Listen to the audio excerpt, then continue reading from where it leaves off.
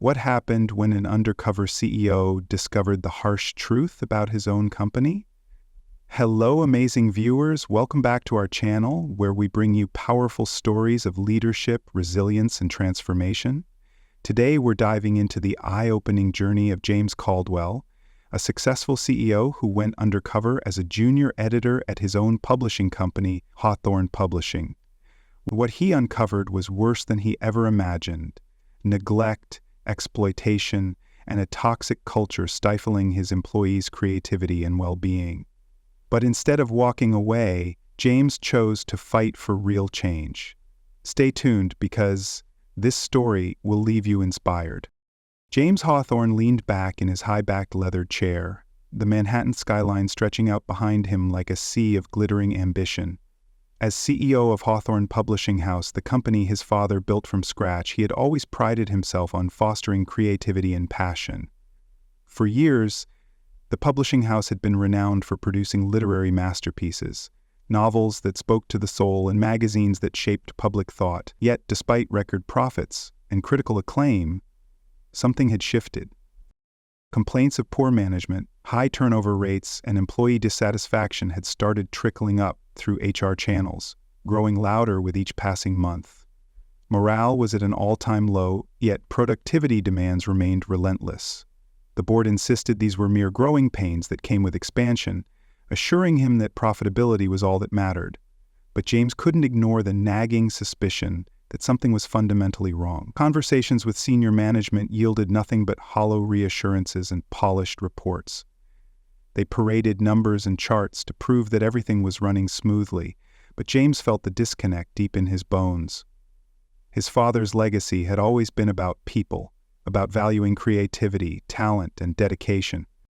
Now, Hawthorne Publishing felt more like a soulless machine designed to churn out content as efficiently as possible, with little regard for the people making it happen. Frustrated by the lack of transparency and desperate to understand the truth, James made a radical decision. He would go undercover as an intern named Evan, immersing himself in the day-to-day realities of his own company. Trading his tailored suits for jeans and sweaters, he crafted a new identity with a fake resume and a convincing cover story. He would enter the editorial office as a novice, learn the ropes from the ground up, and see the company through the eyes of those who kept it running. It was risky, perhaps even reckless, but James knew it was the only way to uncover what his reports never could. Stepping away from his mahogany desk in his high-rise office, James prepared to plunge into the unknown, ready to face whatever truth awaited him. James Hawthorne arrived at Hawthorne Publishing's flagship Manhattan office as Evan Clark, a fresh-faced intern eager to learn the ins and outs of the editorial world. Dressed in a plain button-down shirt and dark jeans, he stepped into the bustling open-plan office with a mix of apprehension and curiosity. Gone were the luxuries of his executive suite. Instead, he found himself directed to a cramped desk, tucked between a malfunctioning photocopier and a cluttered filing cabinet. The air buzzed with urgency. Editors hunched over their screens, proofreaders scribbling frantically on manuscripts, and designers arguing over layouts. Phones rang incessantly, the hum of conversations blending with the distant clatter of keyboards. Everything moved at breakneck speed, a frenetic energy that felt both exciting and oppressive. James took in the chaos, noting the tension etched into the faces of those around him. Nobody seemed to have time for pleasantries or introductions, except for Tina, a junior editor whose smile was bright but tired. "Welcome to the grind, Evan," she said, her voice laced with irony. "If you're looking for guidance, don't bother asking management. We're all just trying to keep our heads above water." Her words, meant as a joke, left a bitter impression.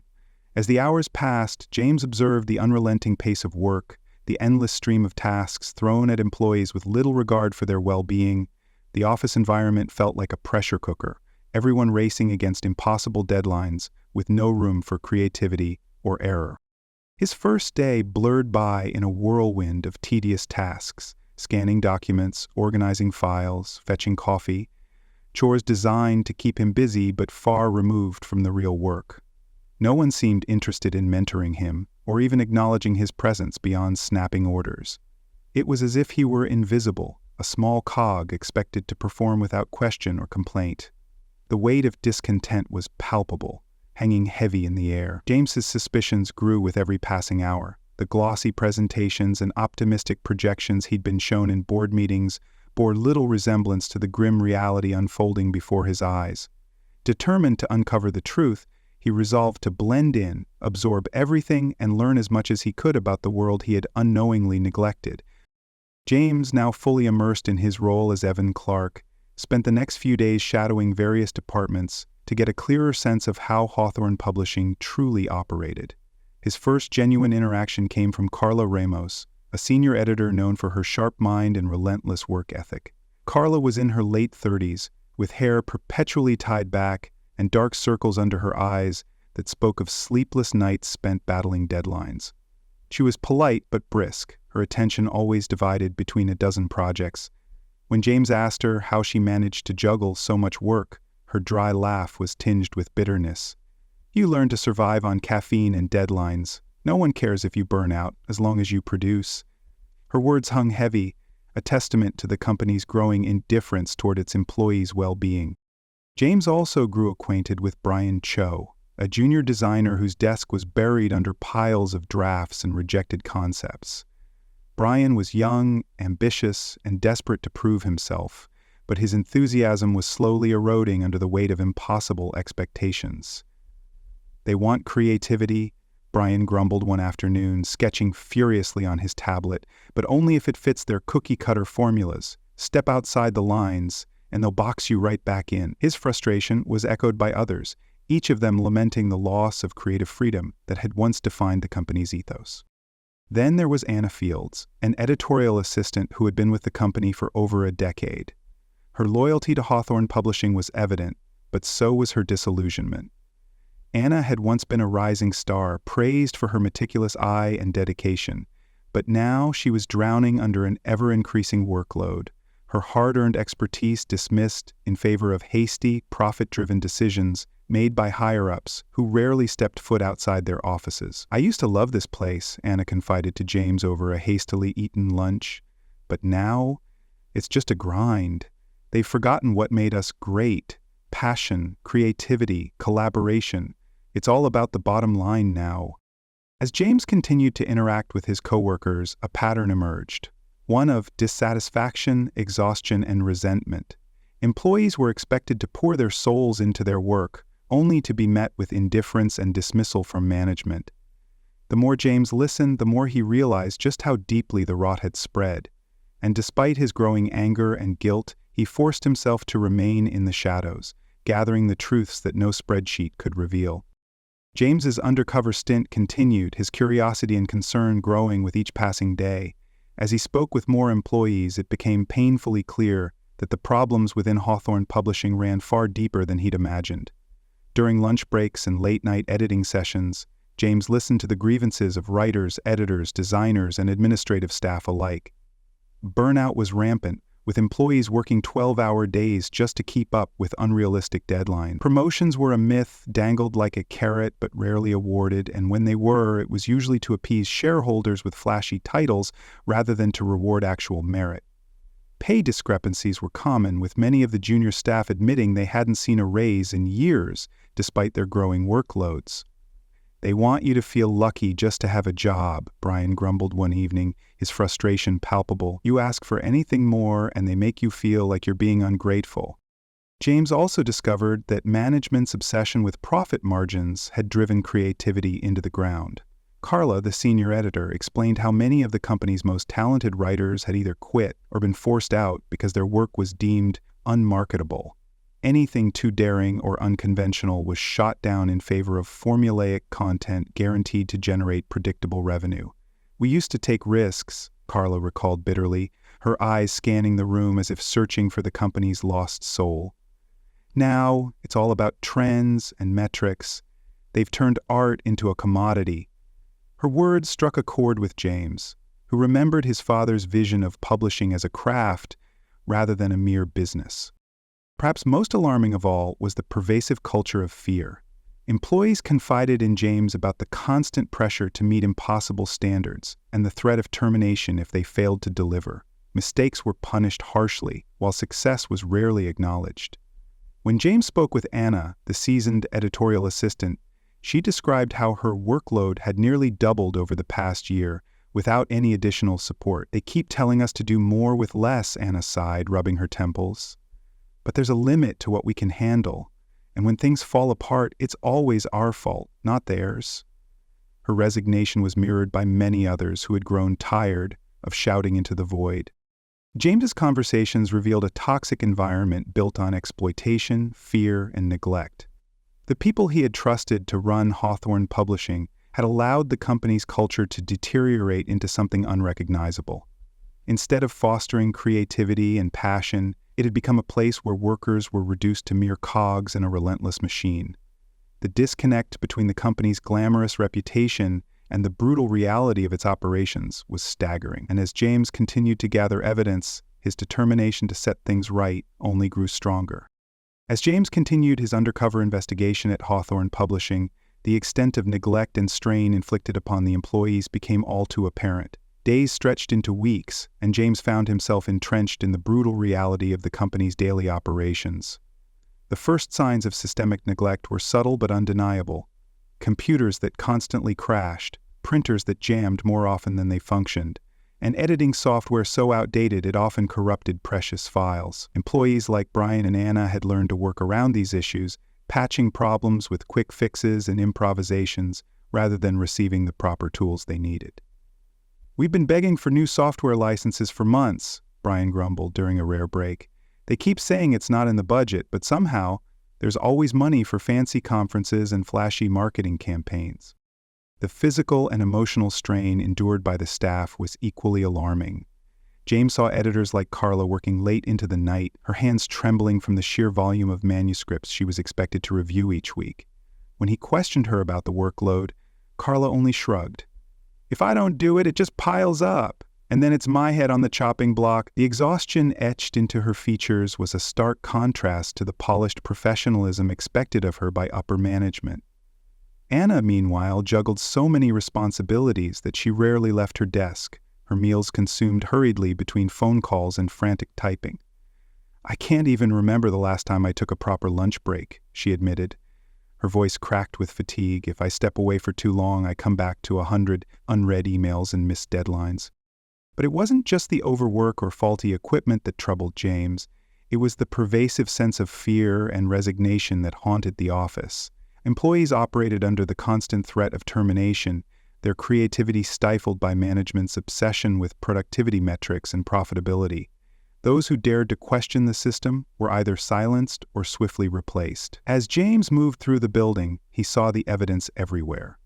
Cramped workspaces, strained interactions, and a toxic culture that bred competition rather than collaboration.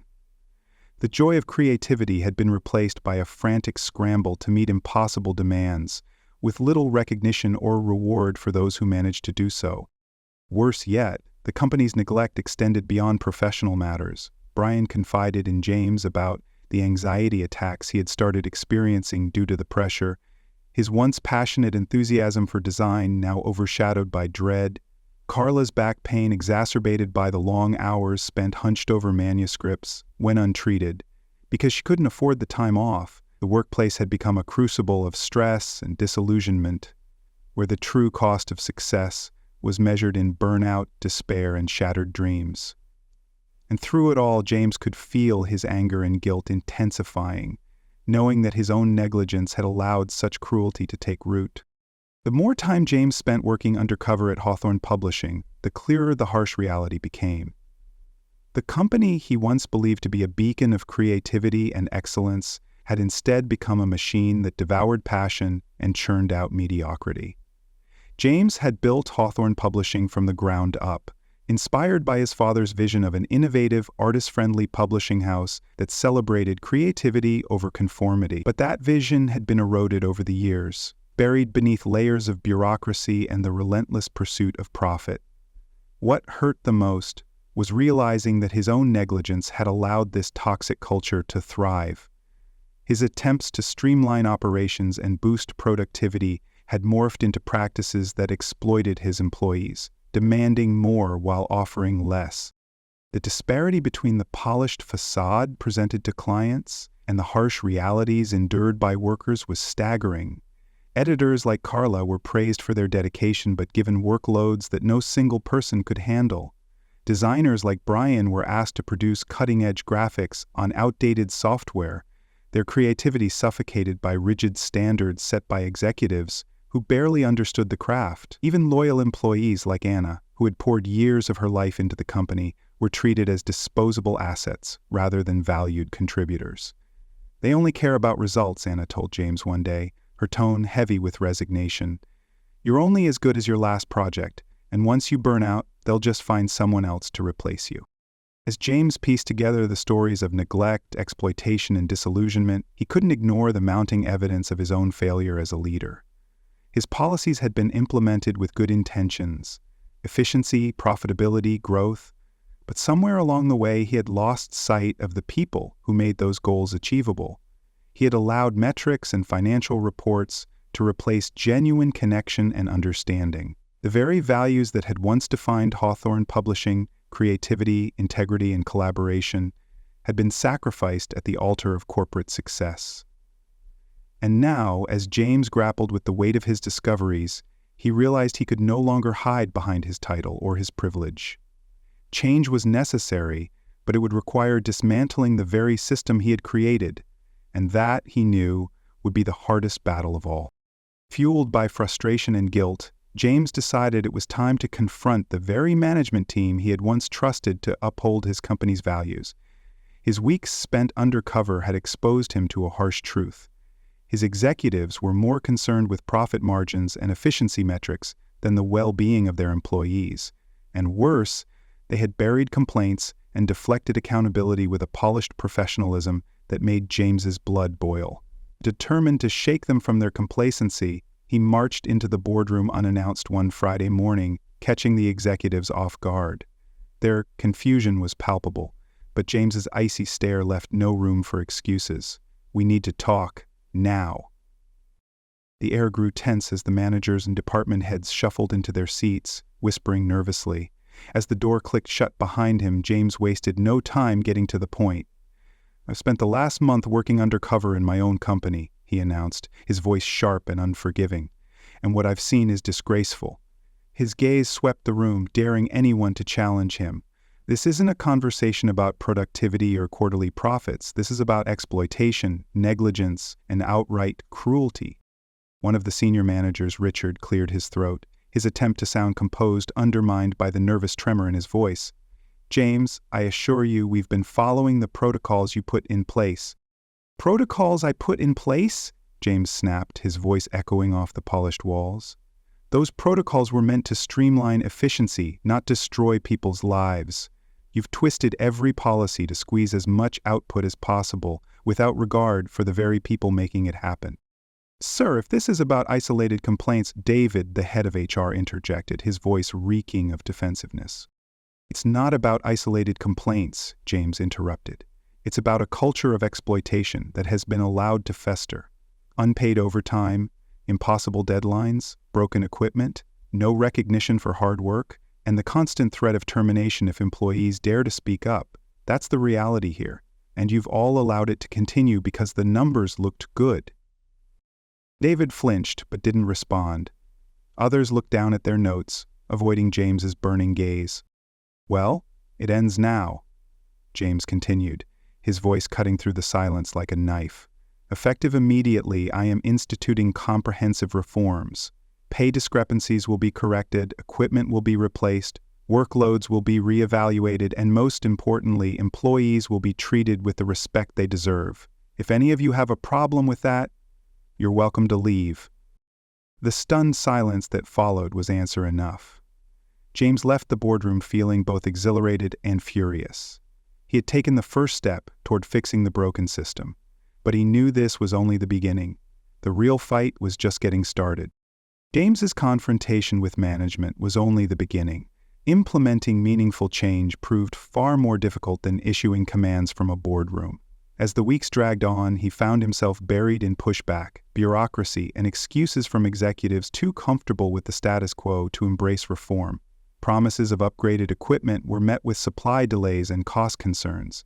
Payroll corrections became tangled in administrative red tape, and despite his insistence on easing workloads, several department heads continued to pressure their teams to meet impossible deadlines.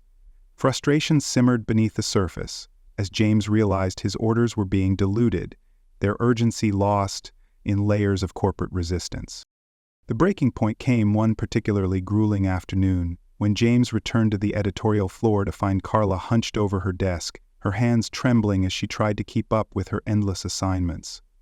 Brian sat across from her, visibly agitated as he rebooted his ancient computer for the third time that hour. "This is what's supposed to be fixed, right?" Brian snapped, his voice tight with exhaustion. "You promised us change, but nothing's actually changing." Carla's quiet murmur of agreement pierced James more deeply than Brian's anger. "They keep giving us hope," she whispered, her eyes red-rimmed from sleepless nights, "and then take it away." Their words echoed painfully in James's mind as he walked the length of the office, watching the people he had come to care about working themselves to the bone. Even Anna, his most loyal employee, had begun to falter under the weight of unrealistic expectations.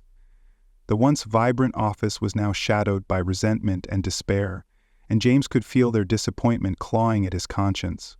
His reforms, though genuine in intent, were little more than empty promises if they never reached the people who needed them most. Back in his office, James collapsed into his chair, his head in his hands. For the first time, doubt began to creep into his mind. Had he waited too long to make things right? Was he capable of rebuilding what had been so thoroughly broken? The company he had built from scratch was crumbling, and his attempts to repair it seemed only to worsen the cracks. His chest tightened as he realized the painful truth. If he didn't find a way to push through the barriers holding his reforms back, everything he had fought for would be lost. The breaking point left James reeling, but it also forced him to reevaluate his approach with newfound clarity. If his reforms were failing to reach the employees, it was because the very people tasked with implementing those changes were undermining him. His confrontation with management had sparked fear, but not cooperation. They were following his orders on paper, but resisting them in practice, their loyalty more to their own convenience and status than to the well-being of the workers. James realized he had been trying to fix a broken system by working within it, when what he truly needed was to dismantle it altogether. It was time for a more direct, hands-on approach, one that bypassed the gatekeepers who had allowed exploitation to fester. Fueled by a mix of desperation and determination, James made a radical decision. He would eliminate the barriers between himself and his employees once and for all. He sent out a company-wide email inviting every single employee to a meeting scheduled for the following afternoon. No managers, no department heads, just James and the people who made Hawthorne Publishing run, day after day. The email was blunt and unapologetic. "If you felt unheard, mistreated, or overlooked, I want to hear from you. This company was built on your creativity and dedication. It's time your voices are the ones that matter." The following afternoon, the largest conference room in the building was packed to capacity. Employees spilled into the hallway, some standing with crossed arms and skeptical eyes, others looking hopeful but wary. James stood at the front of the room, his posture straight but his gaze softened by humility. "I've failed you," he began, the words heavy but necessary. "I tried to fix things from the top down, but it's clear that approach isn't working. So now I'm asking for your help. Tell me what's wrong, tell me what you need, and I will make it happen." At first, the silence was thick and uneasy, but gradually voices began to emerge. Carla spoke about the crushing workload that had left her creative spirit drained and her health suffering. Brian described the outdated equipment that made every task an uphill battle. Anna talked about the lack of opportunities for advancement despite years of loyal service. Others chimed in, their stories painting a picture of systemic neglect and mismanagement that had persisted for far too long. James listened intently, jotting down every concern, every suggestion, refusing to interrupt or make excuses. By the end of the meeting, he had pages of notes and a newfound resolve. It was no longer about imposing solutions from above. It was about building something new alongside the very people he had let down. As the employees filed out of the room, some offering tentative smiles or words of encouragement, James felt the weight of responsibility settle over him like never before. This time, he wouldn't fail them. This time, he would rebuild Hawthorne Publishing from the ground up, ensuring that everyone had a voice in the process. Rebuilding trust was never going to be easy, but James approached it with the same dedication he once poured into building his company from scratch. Following the meeting, he spent every day walking the floors of Hawthorne Publishing, not as a distant CEO but as a fellow worker, determined to earn back the faith he had lost. He no longer relied on department heads to relay information. Instead, he listened directly to the employees who had felt ignored for so long. During breaks, he sat with Carla and Brian in the cramped break room, asking about their projects and frustrations. He helped Anna organize files during late nights when deadlines loomed. His presence became constant, his resolve unshakable. True to his word, James took immediate action. New equipment arrived within days, and maintenance staff were hired to ensure everything functioned properly. Workloads were adjusted to realistic expectations, allowing creative teams the breathing room they desperately needed. Payroll discrepancies were rectified, with overdue payments issued to those who had been unfairly shorted. And most importantly, James implemented a transparent feedback system, one where employees could submit concerns or suggestions directly to him without fear of retaliation or dismissal. It was an open line of communication that fostered genuine collaboration rather than coercion. The changes were met with mixed reactions at first. Skepticism lingered among employees who had heard empty promises before. But James didn't just enforce changes, he lived them. He worked alongside his team not as a detached overseer, but as someone who valued their input and respected their expertise. When Carla saw her workload adjusted and her creativity valued once more, her cautious gratitude blossomed into genuine appreciation. Brian, now equipped with tools that actually worked, found his frustration gradually replaced by enthusiasm. Even Anna, initially cynical about James' reforms, admitted that the company felt different, more humane, more real. Every conversation James had, every suggestion he implemented became a step toward healing the broken trust. It wasn't about achieving perfection overnight. It was about proving, day by day, that he was committed to building a workplace where everyone felt valued. James had once thought his greatest achievement was creating Hawthorne Publishing, but now he realized his real success would be restoring the heart of his company, its people, and he was determined to keep moving forward, no matter how long it took. James understood that rebuilding trust and improving working conditions required more than temporary fixes. It required a complete cultural shift within Hawthorne Publishing. Determined to prevent his company from reverting to its old ways, he implemented long-term structural changes designed to empower employees and encourage transparency. First, he established an employee advisory board made up of representatives from every department, including editorial, design, marketing, and even maintenance. This board met with James directly every month to discuss ongoing issues, suggest improvements, and review progress. The initiative ensured that every voice within the company had a platform and that no concern went unheard. Additionally, James revamped the company's training and mentorship programs, ensuring that new hires received proper guidance and ongoing support. Veteran employees like Anna were encouraged to lead workshops, sharing their expertise and helping newcomers acclimate to the company's new, more inclusive culture. Recognizing the importance of work-life balance, James also introduced flexible schedules and remote work options for departments where such arrangements were feasible. He emphasized the importance of creativity and personal well-being, urging employees to take breaks when needed without fear of repercussions. Paid sick leave, which had previously been inconsistently enforced, became a standard benefit for all staff members. James also addressed the issue of outdated equipment head-on, allocating a substantial budget to upgrade technology across all departments. By ensuring everyone had the tools they needed to excel, he demonstrated his commitment to making Hawthorne Publishing a place where people could thrive rather than just survive. The improvements extended to physical spaces as well. The cramped break room was renovated into a welcoming lounge where employees could relax, recharge, and collaborate informally. Perhaps most importantly, James instituted a profit-sharing program that rewarded employees for their contributions to the company's success. By tying their compensation to the company's growth, he gave everyone a tangible reason to care about Hawthorne Publishing's future. The changes were neither cheap nor easy, but James had come to realize that investing in his people was the only path to true, lasting success. As the months passed, productivity soared, turnover decreased, and employee satisfaction surveys revealed a newfound sense of pride and belonging. Hawthorne Publishing was no longer just James's company. It belonged to everyone who worked there. And for the first time in years, it felt like a place worth staying. And the story of James Caldwell teaches a powerful lesson about leadership. Real success isn't measured by profits or prestige, but by how well a company values and supports its people. By going undercover and listening directly to his employees, James learned that true leadership requires empathy, transparency, and unwavering commitment to fairness.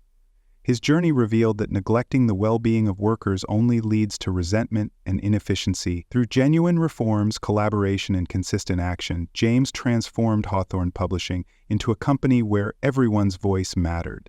His experience proved that investing in people is the foundation of lasting, meaningful success.